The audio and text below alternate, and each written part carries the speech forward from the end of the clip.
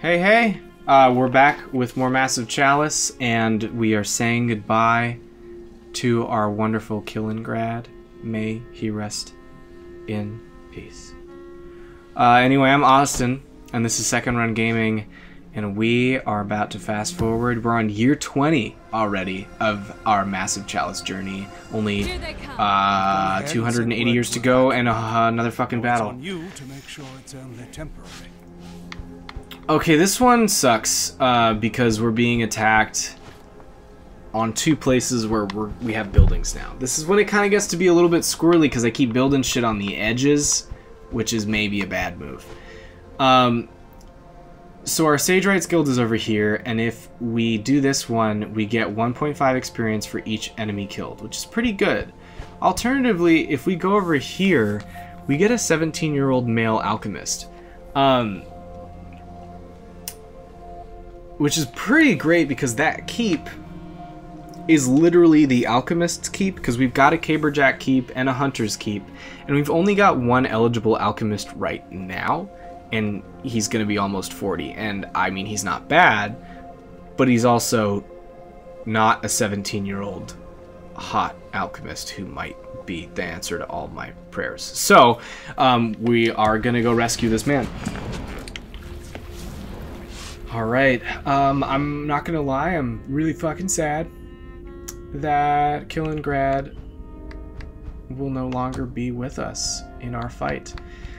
And also that we got nobody here. I always feel sad when they get into the older ages, like Susie is probably not gonna ever fight.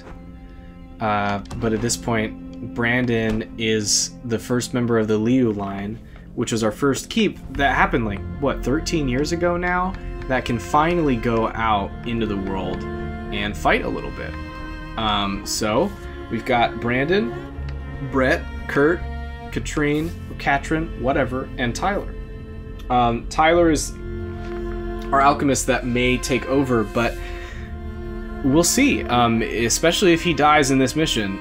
That's going to be a little squirrely, but since we get that 17-year-old alchemist, I'm feeling pretty good as long as he's not infertile, which is totally a trait that you can totally get, and it's super fine. Honestly, it makes me more excited because I'm like, that's someone that will be in my army the whole time.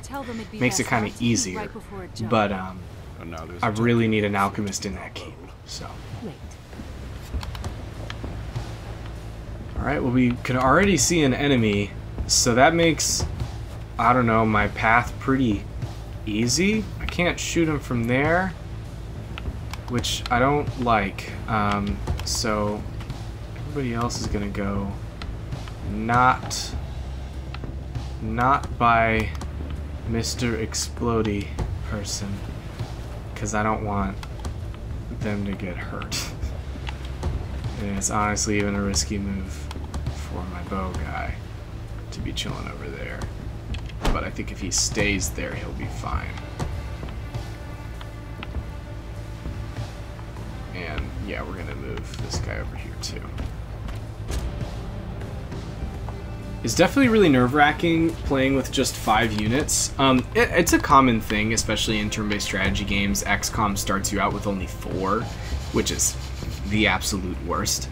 I grew up primarily playing Fire Emblem to start out, and that one, especially in a lot of missions, you end up having between 8 and 12, and it's a lot easier to work with. The downside to Fire Emblem is that like all your characters have really set personalities and character arcs, so if you lose them, you feel like total garbage.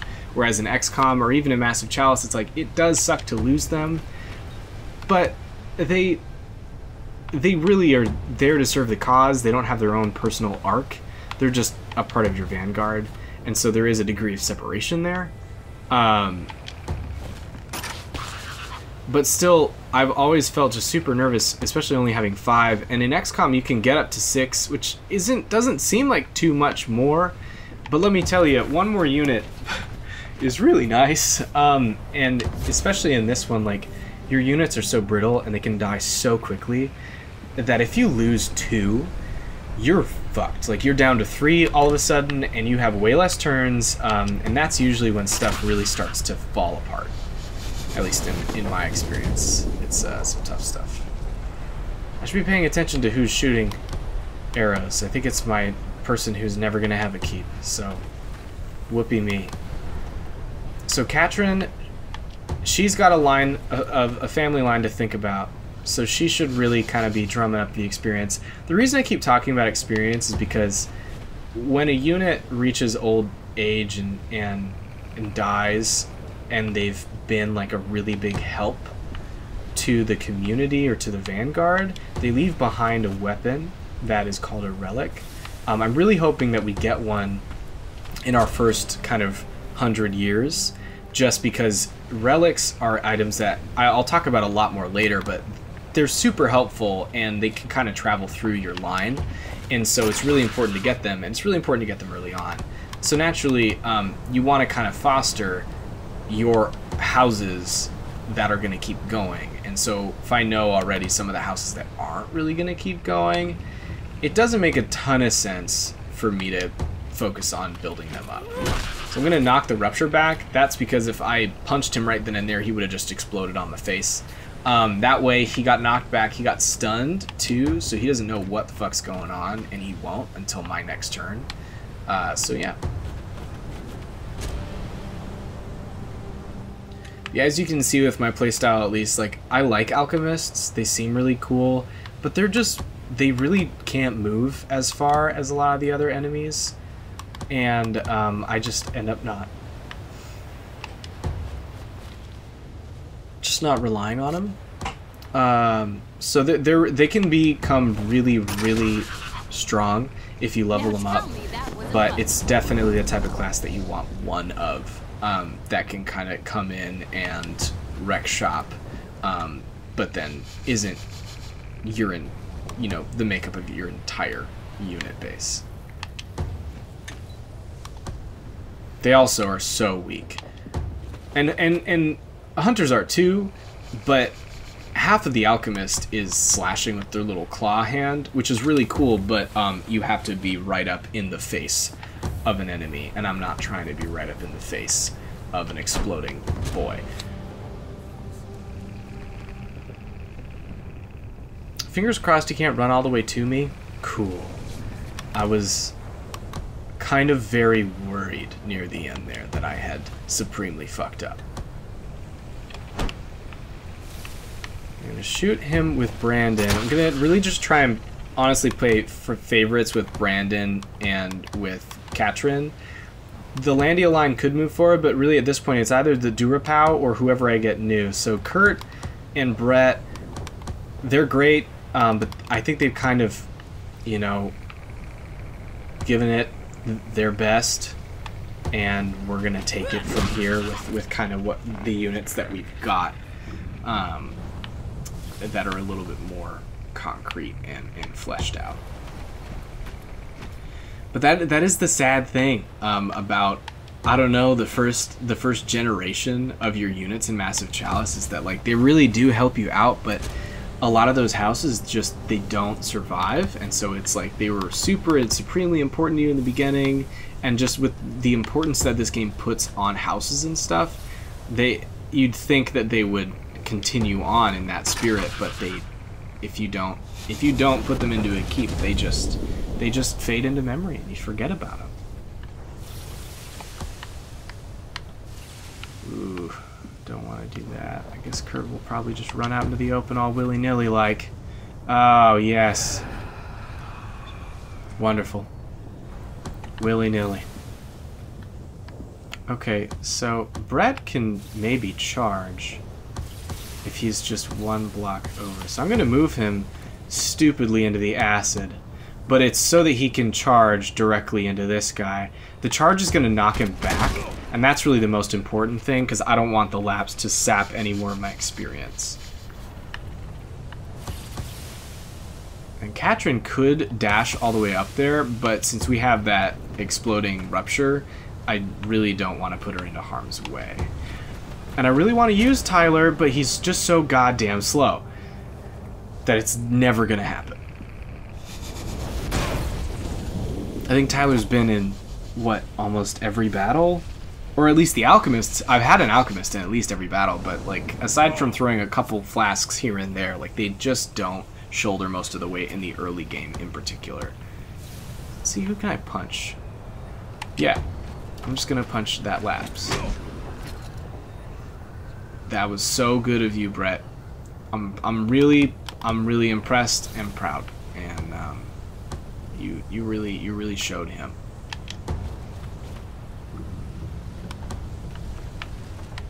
Yeah, and these guys are just, they're squirreling back here. It feels like I only have 3 units, which is not at all how it's supposed to feel. So my knockback, I think I'm directly in line with that guy. So I kind of want to move Kurt up just a smidge. A little worried that he'll be too close to units, but so we'll see what Katrin can do as far as knocking this guy back. And then he's stunned, so he won't do anything next time. But I gotta be careful about this other rupture. And I can't see the lapse, so hopefully I can just take him out right here. Nice. I love it when ruptures explode just because of how beautiful the little acid pools look.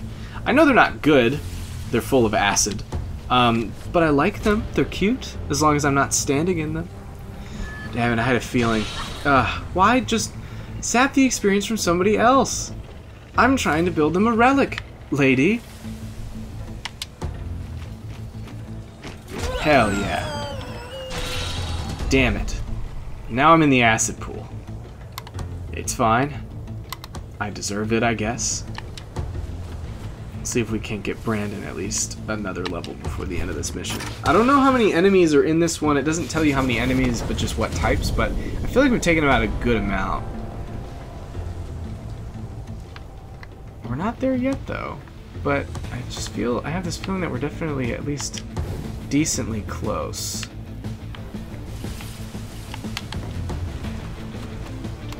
That is the other gripe that I had the last time I played Massive Chalice. We'll see, oh god, how often it comes up in this playthrough, especially because I'm doing it for the channel and stuff, so that's going to have its own little ramifications.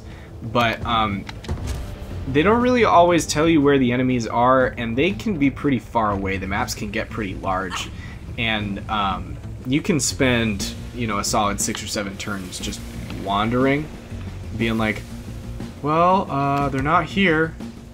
And they're not here, and now I'm just sitting around waiting to kill like one little seed, one little bean. Nice shot.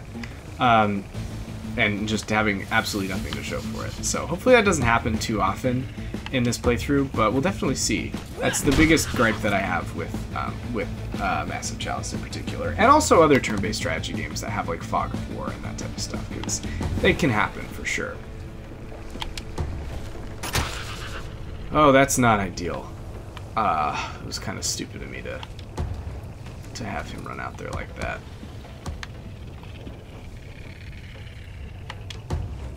Usually, yeah, the ruptures, even if they're stunned, it's like you still can't really take an attack of opportunity on them because they'll still blow up if you kill them. Yeah, he's gonna take the brunt of that. But so it's tough because it's like you stun him and then you want to take him out, but you kind of just have to bonk him around with the cabrajacks. That's why the hunters are so helpful, is because they can really take him out. Okay, let's see if I can get him with Brandon here. Brandon's already got a level, but hey, another level sounds good to me. Nice.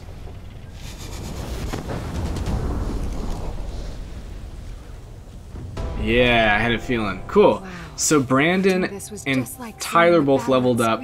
Katrin is right there. I don't think she's going to live long enough probably to get a relic, but at least it's something. She's definitely giving it the best she's got. So we're going to just level him up now. So Brandon gets a flask shot because he's a trick shot class, so it's a little bit different than your standard hunter. So he has a special arrow that has an alchemist flask on the front of it that can damage enemies. Basically the trick shot and a lot of the other classes that kind of come from making an amalgamation of two classes completely replace the older ones. So I want to start moving into not having hunters, alchemists, or caberjacks, and just having combinations of those going forward. Because this flash shot pretty much replaces the use of an alchemist almost completely. Their claws are really good, but like I said, they just never really have the health to let that happen. Free throw is the one main thing that they do have that can be really great because it allows them to take an extra action there. Alright, moving on. Another victory, 3 battles down, nobody lost to combat, just good old Kill Babe. I really wish I could remember his name, but that's the only guy we've lost. And now we have Reed Marquand. Very fancy name. Curious to see if maybe he is eligible to be our next regent, or if he's a total dunce. And I like his sigil and his mullet. He's brainy and asthmatic, so movement is reduced after sprinting in a previous turn. Not a super big deal. Alchemists usually don't sprint a lot, I guess, but it's not great. He's tranquil, which is great. He's an Avenger, which I like. I don't love that he's a Reveler, but I want to check and see what Tyler even has. So good sight, bad movement, which is what happened. He's a Reveler too, so they're really one and the same. And Reed's got 20 years, a better last name, and a better sigil, so it's probably gonna be Reed unless something crazy happens in between. You never know. I could accidentally throw somebody into this Chalice again, and they could, you know, disappear for all eternity. Okay, our third keep is up, and I'm really... See, so Sue, we could just keep rocking with the Liu family, but as tempting as it is, I definitely want another family in there. So, Reed, with your fancy checkered flag, you're going to be the regent, and Sue might actually be a really good match.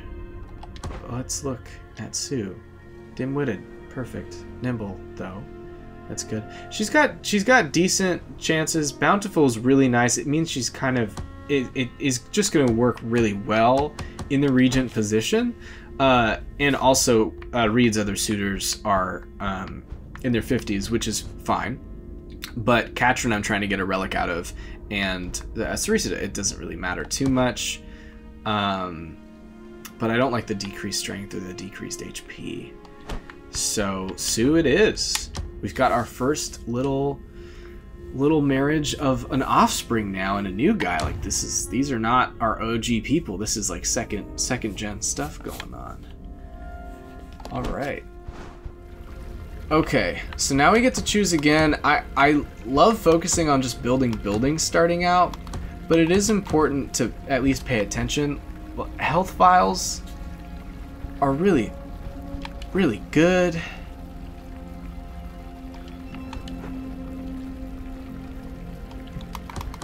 But I think we can get away with the Crucible first? Oh, I don't know. That might be a bad idea. It's tough. This is when stuff starts to get really hard. Because the Vital Gland, it increases the whole max health. And so it's like, in a way, it's a little bit better than the Health Vial. It just kind of depends on how you use them both. I think what I'm going to do is I am going to build the Crucible. And then I'm just going to shoot for health after that. And we're going to build it on our other far out region over here. Risky move, but I'm going to risk it to get the biscuit, and fingers crossed it'll all pay off. Chances are we're going to get attacked in like 2 seconds, and it's going to be in just the worst spots. But, you know, 25 years in, it's looking like a pretty good little island nation we've got. Sophidia of the Sage Rights Guild has died at the age of 66. This is extra super sad because that is the last of Kill Person's line. So they're super done. It's just Althea in there now. It's probably important to appoint somebody else. Tyler is not going to be the regent, so he might be a good one to throw in there. He's got good intuition. And his other sibling is already up there. And I don't really need another alchemist. He is the only alchemist that I would have right now, though, which definitely could be a bummer. Kurt has been kind of one of my guys in fighting. Oh god, Susie's 64 already.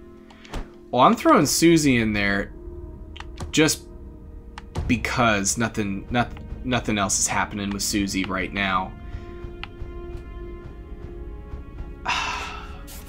So, because we're building the Crucible, I want somebody to be able to train. Which is kind of what I'm holding on to Kurt for. But yeah, I don't think Tyler's going to be a great teacher either. So we're going to throw Tyler in there just to get the Crucible done faster, because Kurt is getting old. And with that, the Duerpal line is also, I believe, over. Let's take a look at our keep just to see who we've got left. But that's the thing, it can really, like, I'm waiting on these kids to grow up, because now my Vanguard is pretty much everyone except for one person, and that's assuming that the 4 people in their 50s don't kick it, and 5 people in their 50s. Jesus Christ. Oh God, what have I done? Well, hopefully we don't get attacked soon. But so yeah, the Landia line, sadly enough, really they've been kind of just in the background helping us out. But after that, we've got the Raidens, the Lius, and then the newest one. But Landia and Heartmandering, they are probably going to be relics of the past pretty soon. Please don't be a battle. Please don't be a battle. Please just keep having kids. I'm going to pause it because I'm scared. Inspect that timeline a little bit, just to, because I'm scared and I just don't want stuff to happen. Somebody came of age. Jan came of age. I'm gonna check back on our keeps just to see where we're at. So Marquand has 2 kids. Raiden has 5 kids, and the Liu house has 2 kids as well, which is great. That's the other thing I gotta think about is, like, our regents here. Ender's in his 60s, and so it's like one of these people is gonna have to take over. But Magnus, we've got Brandon, who is currently in the Vanguard, and then we've got Sue, who is a married regent. So then we've got Jan, who just became of age, and he has the Mark of Muyir, so he should be in battle as much as possible, even though he is bountiful. So we'll see. And then we've got Magnus as well, who's about to be of age. So we've got a couple people coming to age in the Liu line, which is good. And then over here, same deal. These guys are in their 40s and 50s, but Rosemary is at 14, 10, 7, 6, and 3. So even though it's super light right now, we should have some units coming in pretty soon. Oh God. Oh fuck. Well, I definitely have to protect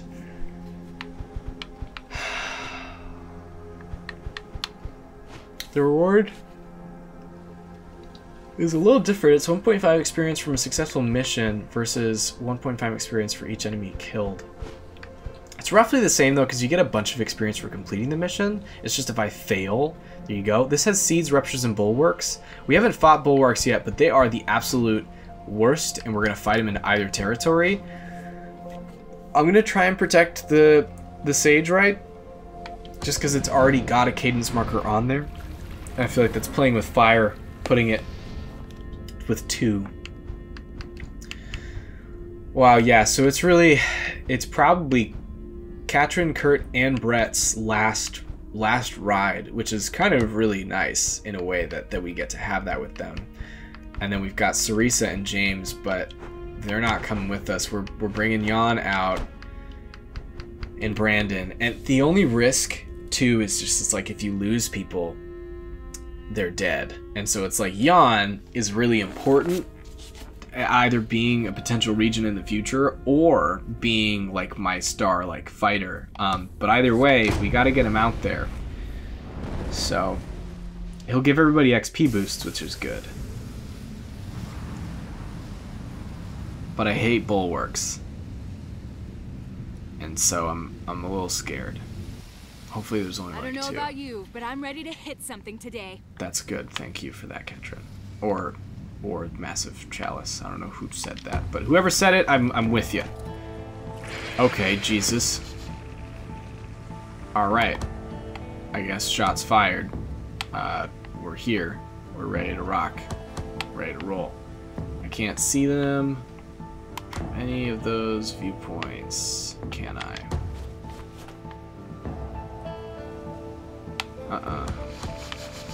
Wow, that's tough. Okay. Well, it's looking like it's probably just gonna be bad for our one lady up there.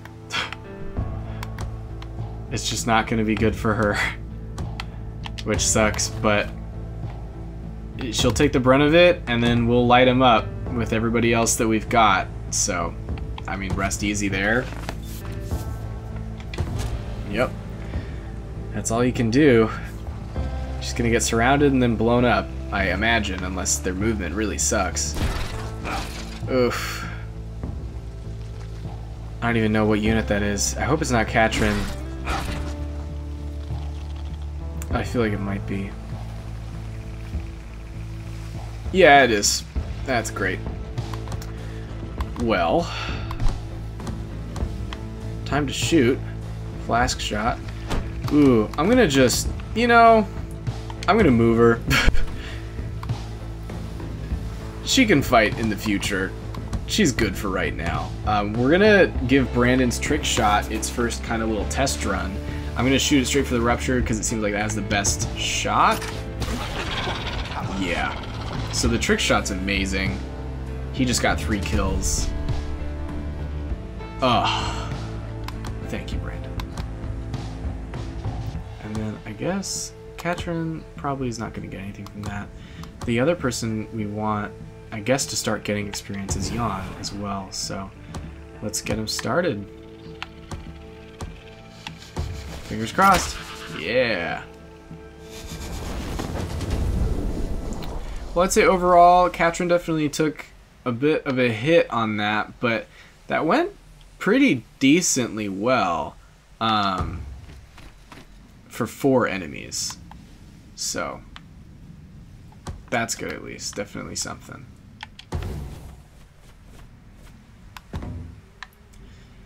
So yeah, now without an alchemist, I've got 3 hunters and 2 caberjacks. This is honestly the group that I like to run with. I know that in the last couple of videos I've already shat on alchemists, so I don't need to keep doing it. But they're just, I find, especially in the early game, that they're just not quite as helpful. Whereas the hunters are super great, and the caberjacks are always kind of just a solid choice to lead with. And so it just kind of seems to shake out that way anytime I play. Oh, no enemies yet. They're definitely around. But no rush. There's no timer. Massive challenge missions never have really a timer. It's more just about defeat the cadence. It's really, really important. Like in XCOM, if you fail a mission, there are ramifications. And much like that, like in Massive Chalice, if you fail, obviously, really what happens is, 1, all of your people die, which, considering the 6 eligible fighters I even have to begin with, is a big blow. It also means that the cadence spreads in both areas because you didn't stop it. And that doesn't seem like a super big deal, but that means, especially like if you had 2 areas that both have 1 square that's already canceled out because of the cadence, you now have 2 territories that are one one tile away from being gone forever. And all it takes... Oh, fuck. Okay, cool. That's a bulwark, everybody. They are the worst. Bulwarks, like lapses, prefer They're to the fight worst. from afar. And you better make your first hit count, because at the slightest touch, this lug will shield itself, and then you're left standing with your caber in the wind. But it I only don't want lasts my a short caber in the while. wind. So have your heroes ready for a second round. Or a third. So yeah, bulwarks are total trash. They're great enemies. They're like, it's a really great idea for an enemy. It just really sucks at the same time. Basically, what they do is once you hit them, they clam up, and you can't really hit them again. You can, but they do like no damage. So I always hit him with a follow-up attack with the hunter. That's the way to do the most damage. But now he's still got 14 health. And the unfortunate thing is that he's just gonna be at 14 health. And he's gonna be fine. And nothing's really gonna happen. That's gonna knock him off of that. Shit. Which is just kind of a big bummer. Because I want to be able to take him out. Just immediately. And I can't.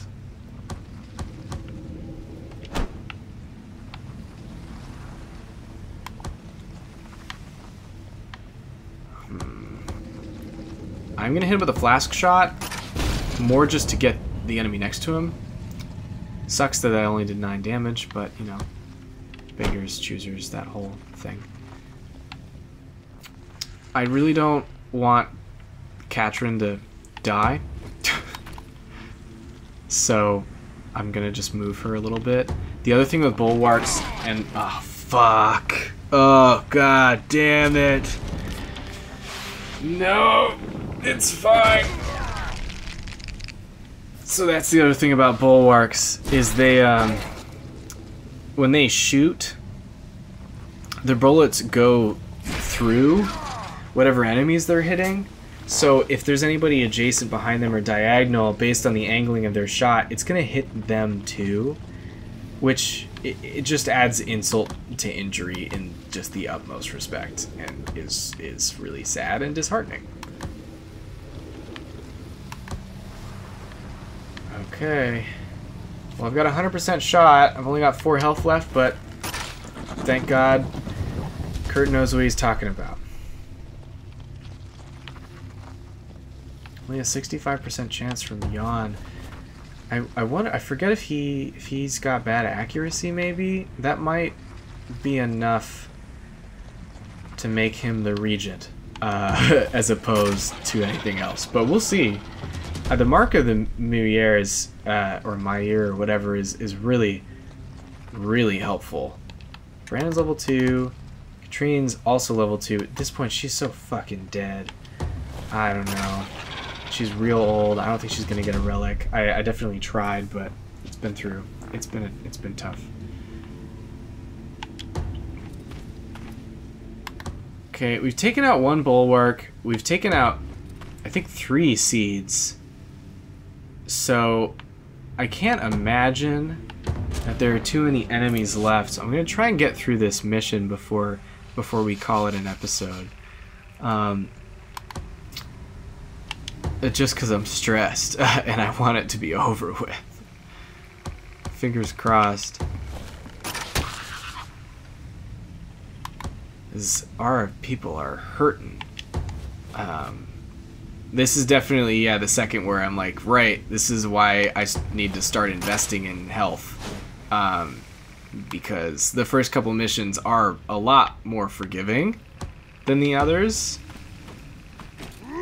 Nice. And so you can get away with just rushing to build stuff, but it starts to get to a point to where, like, you're gonna lose your battles if you don't take care of your people. And I definitely think that I'm not at that point entirely, but one false move here and, like, almost all of my units have no health, and I could lose them real quick. Oh, god damn. Well, that's where the other bulwark is. So now we know that.